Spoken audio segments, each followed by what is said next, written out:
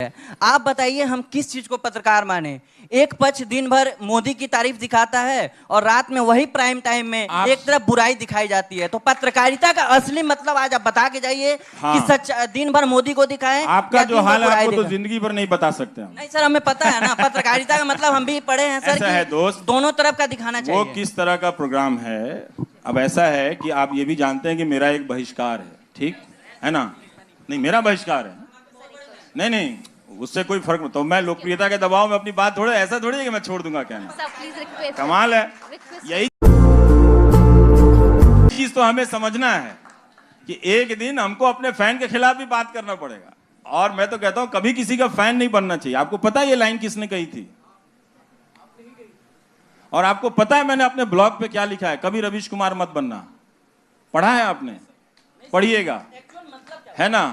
हाँ, एक्चुअल मतलब क्या होता है, न्यूज का क्या मतलब होता है, एनालिसिस का क्या मतलब होता है। हमने कहा ना कि आप वहां तुलना कर रहे हैं। आपने ये नहीं बताया कि वहां कौन सा प्रोग्राम चल रहा था, यहां कौन सा प्रोग्राम चल रहा था। वहां 2000 के नोट में नकली चिप बताए जा रहे थे, जीपीएस। उससे तुलना करना चाहते हैं आप? नहीं सर, बिल्कुल। तो किस चीज से तुलना करते हैं आप? उदाहरण देकर बात करते तो आपका सवाल और अच्छा हो सकता था मैं फंस भी सकता था इसमें। जी, एक और सवाल ले लेते हैं। लास्ट उदाहरण नहीं दिया, वो आप इधर बैलेंस वाला करने लगे। वही मैं जो मानक से कह रहा था, मैं दुकान नहीं चलाता हूँ। हाँ। मैं अपना करता हूँ। तो अगर आपको मुझसे सवाल पूछना है तो मेरे शो पे रिसर्च कीजिए। क्या मेरा शो आलोचनाओं से परे है? बिल्कुल ही नहीं है, बिल्कुल नहीं है। अब एक और सवाल क्या हो सकता है? आप बताइए कि 10 लाख लड़के जो अलग अलग परीक्षाओं में फंसे हुए हैं और उनको नौकरी नहीं मिले, उस पर मैं 6 महीना करता हूं तो एक तरफा कैसे है दोस्त? और आखिरी सवाल रवीश, आपके गांव कस्बे जहां से आप आए हैं, यूनिवर्सिटियां बर्बाद हो गई हैं। अगर मैं 30 दिन उस पर करता हूं तो उसमें क्या एक तरफा है? किस चीज का एक तरफा है? सर एक क्वेश्चन है सर, आपने पार्टीशन की बात की। जब भारत बना आज़ादी के बाद, ऐसा भारत हमारा विजन बहुत ब्रॉड था। हम गुटनिरपेक्षता की बात करते थे, लेने से ज़्यादा दुगना देने की बात करते थे, पंचशील। लेकिन उसके बाद हमने इमरजेंसी भी देखी, कई सारे ऐसे फेजेस भी देखे, ग्लोबलाइजेशन भी हुआ। और आज की हालत हम सब जानते हैं कि एक ऐसा नागरिक भी हम सब विश करते एक कम्युनिटी को देश से बाहर निकालने का। तो सर ऐसा क्या हो गया कि हमारे देश का नेचर ही चेंज हो गया है? हमारा वो ब्रॉड विजन क्यों खो गया है? इतना नैरो विजन क्यों हो गया है सर? हम अभी मजा आएगा ना भिड़ो। देखिए, इसके कुछ हिस्से का जवाब टेक्नोलॉजी तंत्र से दिया जा सकता है, एक नया तंत्र जो खड़ा हुआ उससे भी दिया जा सकता है। लेकिन हम लोग ये समझते हैं कि 15 अगस्त 1947 को भारत जिस रूप में आज़ाद हुआ, जिन सपनों के साथ आज़ाद हुआ, वो उसी दिन पूरे हो गए। ऐसा नहीं था। डेमोक्रेसी जो है वो कभी भी एक पैकेज प्रोडक्ट नहीं है। वो आज आपने सबने मिलके जिस रूप में बनाया, हो सकता है कल वो खत्म हो जाए।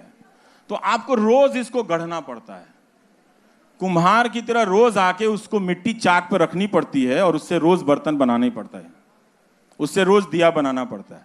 तो एक दिन नहीं है। इसलिए है कि हम कभी कभी भटक जाते हैं, भटका दिए जाते हैं और कई बार हम अपनी जिम्मेदारियों को बहुत लापरवाही से लेते हैं। लापरवाही से कि जनता को देखिए, मतदाता और नागरिक में बहुत फर्क है। आप मतदाता, आप मतदान कर दीजिए आप, लेकिन जैसे ही आप मतदान केंद्र से लौटते हैं आप मतदाता नहीं रह जाते हैं। लेकिन अब उस टेक्नोलॉजी के तंत्र से आपको हमारे जरिए भी एक पॉलिटिकल फोर्स में बदला जा रहा है, दुगनी तिगनी शक्तियों के जरिए। इसलिए आप किसी जर्नलिस्ट को घेर के मारने लगते हैं और ये अब तो हर तरफ से हो रहा है। इसीलिए मैं कह रहा था कि जो सोशल ऑर्डर कोलैप्स किया है, इसमें अब आपको पत्रकार के रूप में परफॉर्म करना बहुत मुश्किल होगा।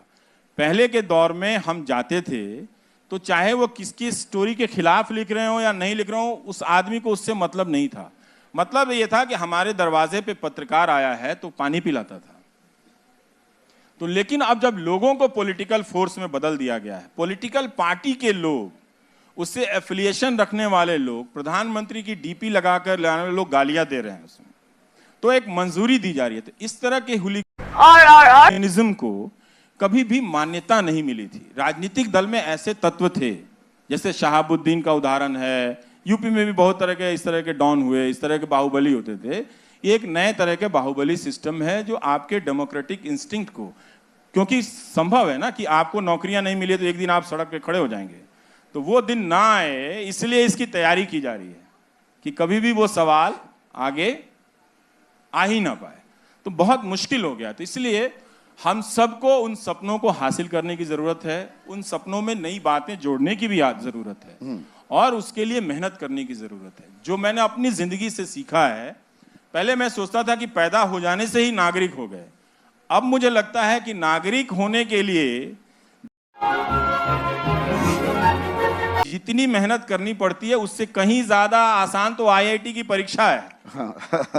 ये बहुत ही टफ काम है, हमने इसे बहुत हल्के में लिया और ये कोई बड़ी बात नहीं है। हर दौर में लोग फिसलते हैं, हर उस दौर के बाद लोग संभलते भी हैं और अपनी तरह से देश को, दुनिया को, समाज को गढ़ते भी हैं।